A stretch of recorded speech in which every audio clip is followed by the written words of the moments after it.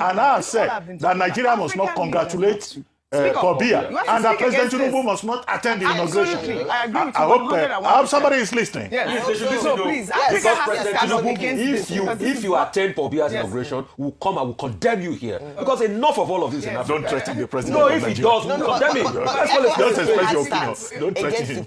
The unfortunate part of it also is that the same Paul Biya is the oldest head of state in the world. He has been president in Cameroon since 1982. He's not even in the country.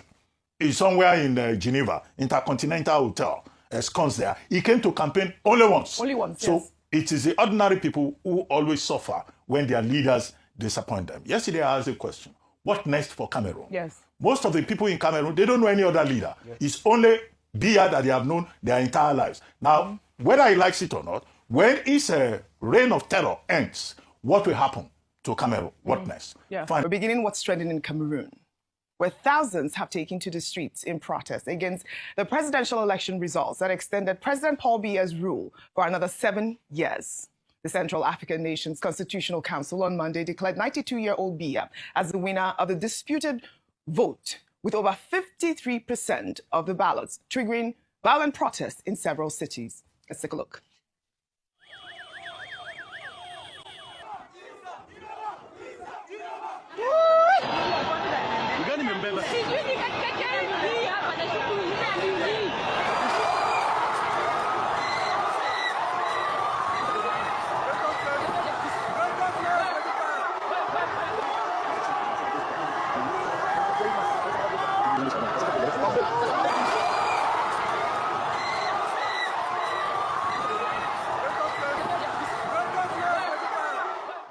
I mean, I don't know if Cameroon can survive this, Rufai. Paul Biya is Africa's oldest leader and one of the world's longest-serving rulers. He has been in power for 43 years. At least 4 people have been killed in recent clashes with security forces.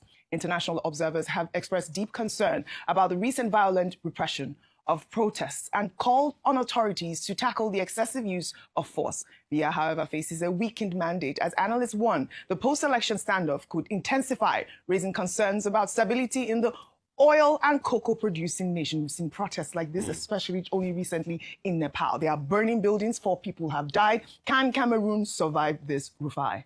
So about up till 1 a.m. this morning, I was up on Cameroonian TV, Equinox TV. Yeah. And yes, there's been a lot of burnings, but police are already on the street, cracking down on people high-handedly. I mean, I got sent a message when there are 15 people, again, just overnight into this morning, passed as a result of this. Very sad. Most of the cities, you know, from Douala to Yaoundé to other parts of the country, everywhere, you know, on tenterhooks, even up to, you know, the northern region, Garoua and all of that. Unfortunately. I think there's a process where the parliament actually swears him, so he has actually taken the oath of office to be able to start. But today, Oji, I'd like to name and shame President Nguema of Gabon, that has gone ahead to send a congratulatory message to Biya. You see, as long as we have African leaders that congratulate sham elections like this, Africa will never move forward. But how are you going to even blame Bryce Nguema himself when he came in via a coup himself? So the killings are going on in Cameroon. EU has written extensively about it. All the international bodies have written extensively about it. The truth is, Oji, people will just get killed and Biya will consolidate. At this point, it is a sorry state for the Cameroonian people. Lots of places have been burnt across the country. But is this how Cameroon will continue? Is this how Ivory Coast will continue? Look at the Ivorian case. Those ones, because they've been suppressed so much and because they've lied to the Ivorians because of the civil war that happened after the former elections, that you must not come out to protest. So they've suppressed people. No, this is unfortunate. And that's what is happening in Africa. So we've gone 10 steps forward and 15 steps backward. Unfortunate. Dr. But the irony of it and the painful part of it is how democracy is in retreat in Africa.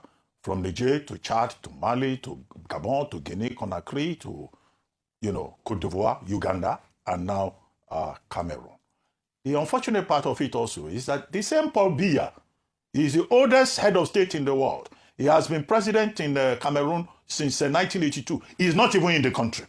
He's somewhere in Geneva, Intercontinental Hotel, ensconced there. He came to campaign only once. Only once, So yes. it is the ordinary people who always suffer when their leaders disappoint them. Yesterday I asked a question. What next for Cameroon? Yes. Most of the people in Cameroon, they don't know any other leader. It's only Biya that they have known their entire lives. Now, whether he likes it or not, when his reign of terror ends, what will happen to Cameroon? What next? Yeah. Finally, Chiroma Bakari, the leader of the opposition and the United Front for Change.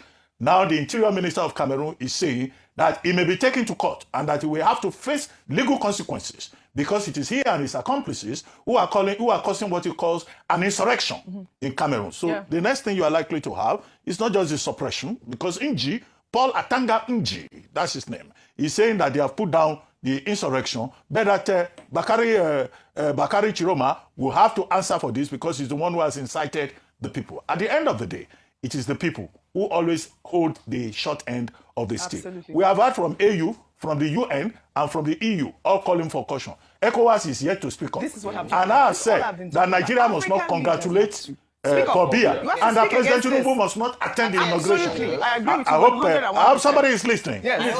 So please, because Africa President has to stand up Tinubu, against if you attend Paul Biya's inauguration, we'll come and we'll condemn you here. Because enough of all of this in Africa. Don't threaten the president. No, if he does, we'll condemn him. Don't express your opinion. Don't threaten against him. the coups in he the does- countries. no, They took a hard stance. Remember how it was controversial when they said they were going to even launch military, force. If they can speak against coups like that, democratic coups like this must also be hugely condemned by all West African countries. So it's not just for coups through military action. Even democratic coups like this, where lives are lost in the process, ought to be condemned. Until Africa is Africa's solution to Africa's problems. Until African leaders are ready for true democracy and stand up to speak against and even sanction countries like this, we're not going anywhere. So like you Imagine rightly said, if you were to stay in power, guess how old you will be? 100. 99. By the time it's done, 100. 99. Who wants a leader that is 99? Imagine. Africans have to speak up. They have to